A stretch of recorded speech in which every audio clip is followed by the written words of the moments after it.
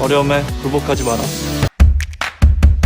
2018-19 시즌 개막에 앞서 세계인의 축제죠. 2018 러시아 월드컵이 기다리고 있었습니다. 당시 우리나라는 슈틸리케 감독이 경질을 내고 신태용 감독이 지휘봉을 잡고 있었던 시기였죠. 다들 아시다시피 세계 랭킹 1위 독일과 유럽에서 돌풍을 일으키고 있는 스웨덴, 숨은 강호 멕시코와 함께 조편성이 되면서 죽음의 조까지는 아니지만 만만치 않은 상대들과의 대진을 앞두고 있었죠. 손흥민은 2014 브라질 월드컵 이후 두 번째 월드컵 무대였는데요. 2014 월드컵에서 좀 허무하게 16강 탈락을 했잖아요. 그러다 보니까 손흥민 본인에게도 굉장히 또 사활이 걸린 그런 시기에 그런 대회가 아니었나 싶습니다. 당시 이제 한국의 16강 진출 확률이 18.3%였죠. 많은 외국 언론에서 이 내용을 보도를 했는데 이것처럼 아예 16강 진출 확률이 없진 않지만 그렇다고 뭐 그렇게 굉장히 높은 가능성을 두고 있는 상태도 아니었죠. 그래서 당시 이제 조편성을 보고 멕시코나 이 독일은 우리 전력으로 상대적으로 이기기가 좀 힘드니 최대한 스웨덴은 이기는 쪽으로 가고 멕시코하고 비기고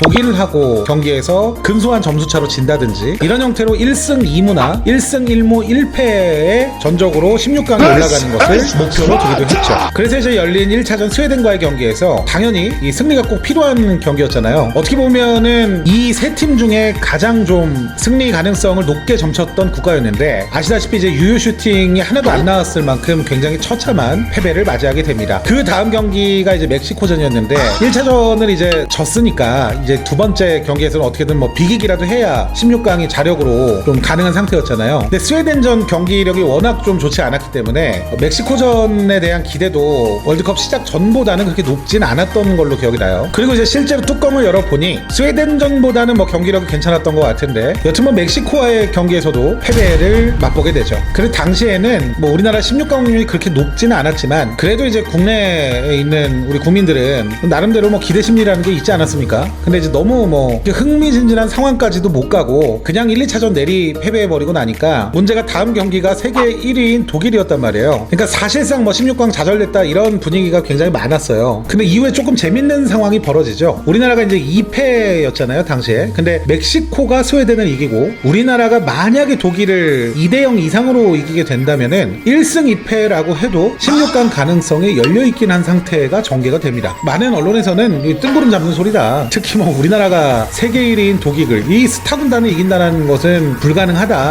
뭐 이런 분위기가 사실 팽배했었고요. 하지만 뭐 그런 부분도 있습니다. 대한민국이 전통적으로 이 슈퍼 강호인 독일에게만큼은 나름 항상 좋은 경기력을 펼쳐왔고 또 때로는 뭐 이기기도 했었죠. 그러다 보니까 혹시나 하는 기대감도 있었던 것 같아요. 당시 분위기가. 근데 뭐 역시나 이 축구공이 둥글다고 하잖아요. 이날 그 독일과의 경기에서 빛현우라고 불려오는 이 조현우 선수가 엄청난 뭐 선방을 하면서 이 대한민국의 골문을 걸어 잠궜고 이렇게 되니까 이제 독일이 점점 다급해진 거예요. 왜냐하면은 당시 이제 멕시코가 이 스웨덴에게 이길 거라고 생각하는 사람들이 굉장히 많았던 것 같은데 이게 스웨덴이 멕시코를 이기고 있었던 상황이었거든요. 그러니까 이제 독일도 이 승리가 필요해진 거였죠. 만약에 이제 한국한테 지기라도 하면 오히려 우승 후보였던 독일도 예선 탈락하게 되는 뭐 그런 상황이 전개될 수도 있었으니까요. 반면에 이제 우리나라 2대0으로 이겨도 16강 탈락이 확정된 상황이었죠. 물론 뛰는 선수들은 몰랐다고 해요. 다른 경기장 경기 상황을. 경기장에 있던 선수들은 이런 사실을 몰랐던 이유로 두 골만 넣자 이런 심정으로 정말 뭐 엄청난 투혼을 펼쳤던 걸로 기억이 납니다. 그러니까 실제로 이제 김영권 선수가 골을 넣게 되죠. 후반에. 당연히 이제 독일은 정말 최악의 참사가 일어나기 직전까지 가게 된 겁니다. 그래서 이제 뭐 독일의 노이어 골키퍼라든지 경기 종료를 앞두고 정말 총력전을 펼쳤는데 이걸 놓치지 않고 주세종 선수의 롱킥 어시스트를 통해서 손흥민 선수가 이 공을 엄청나게 쫓아가죠. 당시 이제 스피드가 50m를 거의 뭐 6초 안에 끊었다라는 얘기가 있는데 이 공을 끝까지 쫓아가면서 비어있는 골문에 골을 박아 넣었습니다. 이 장면 굉장히 감동적이었죠. 물론 뭐 손흥민 선수가 원래 스피드가 좋은 선수긴 한데요. 보통 이제 세계 톱 클래스 선수들의 스피드로 알려진 기록들이 50m에 한 5.5에서 5.7초라고 하는데 손흥민 선수가 이제 6초 만에 골문까지 도달을 했잖아요. 중요한 거는 이때가 이미 손흥민 선수가 이제 풀타임을 다 뛰고 거의 뭐 100분 가까이 경기를 뛴 상태에서 그렇게 뛰어갔다라는 얘기거든요. 그러니까 당시에 얼마나 그 두 번째 골을 갈구했으면 그 없던 힘까지 쥐어 짜내서 그 상대 골문까지 달려갔을지를 생각하면은 참 뭐 어떻게 보면 좀 눈물겨운 장면인 것 같기도 해요. 실제로 이제 손흥민 선수가 골을 기록한 뒤에 16강 진출을 할 확률이 높다라고 생각을 했던 것 같아요. 그래서 이제 눈물을 흘리기도 했는데 이때까지는 이제 슬픔의 눈물이 아니고 이제 골을 넣은 뒤에 기쁨의 눈물을 흘렸다고 좀 알려져 있죠. 근데 뭐 이 멕시코가 스웨덴한테 패배하면서 안타깝게도 대한민국은 16강 진출에 실패하게 됩니다. 다만 이제 뭐 위안이라면 세계 1위 독일을 월드컵 무대에서 이겼다라는 거, 그것도 이제 뭐 우리나라 홈 경기가 아니고 그 중립 지역에서 펼쳐진 그런 대회에서 이거는 뭐 실력으로 이겼다고 봐야 되는 거잖아요. 뭐 이런 것들이 좀 위안이 됐던 것 같아요. 그리고 이제 토트넘으로 복귀를 하죠. 당시 16강은 탈락했지만 이 월드컵에서도 골을 기록하며 손흥민의 존재감이 더욱 상승한 상황이기는 했죠. 근데 또 얼마 뒤에 대한축구협회로부터 토트넘에 차출 공문이 들어오게 됩니다. 이게 이제 바로 2018년 자카르타 아시안게임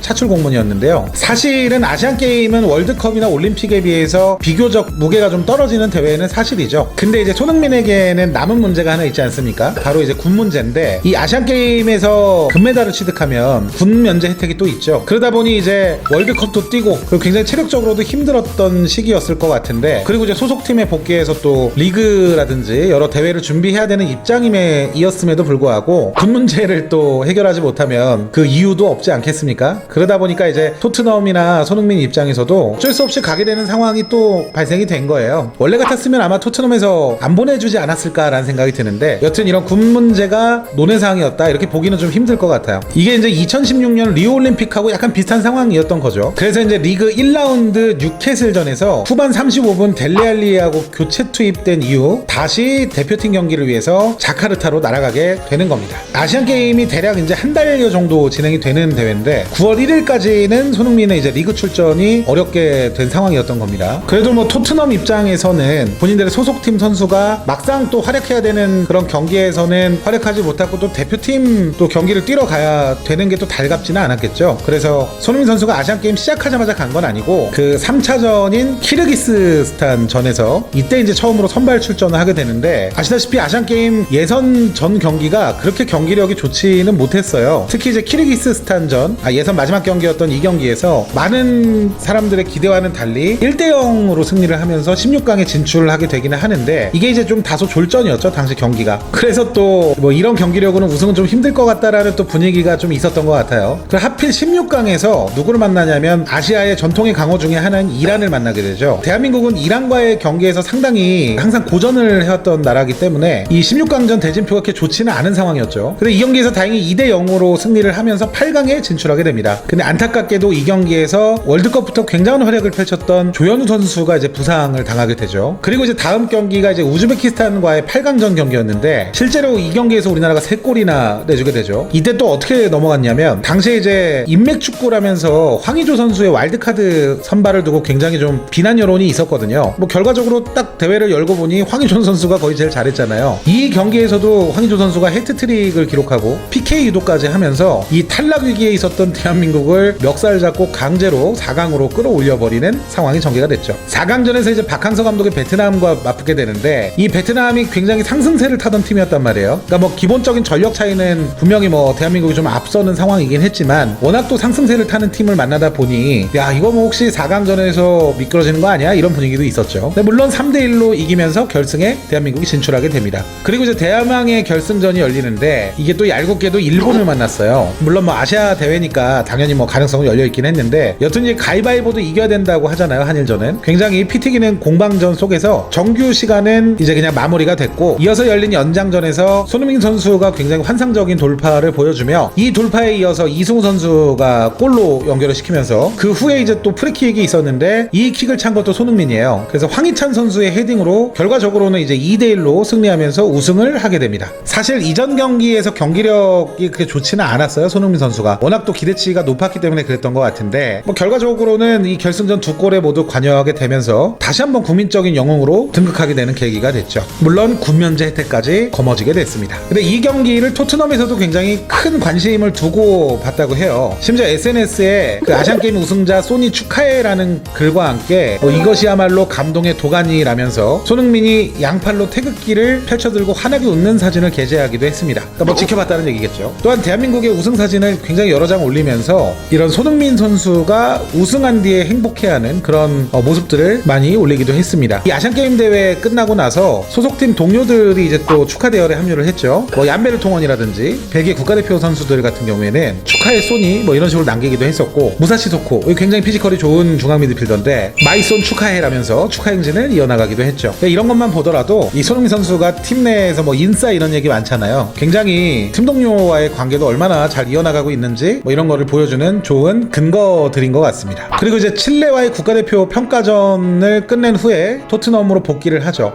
근데 이게 참 대단한 일정이잖아요. 월드컵 끝나고 짧은 휴식 이후에 리그전 살짝 뛰고 아시안게임 갔다가 A매치 갔다가 거기서 이제 프리미어리그로 복귀를 하는데, 이때 넘은 국경 숫자만 11번이라고 해요. 107일 동안 19경기를 치르는 이런 혹사 상태였는데, 리그에서 당시 무슨 일이 있었냐면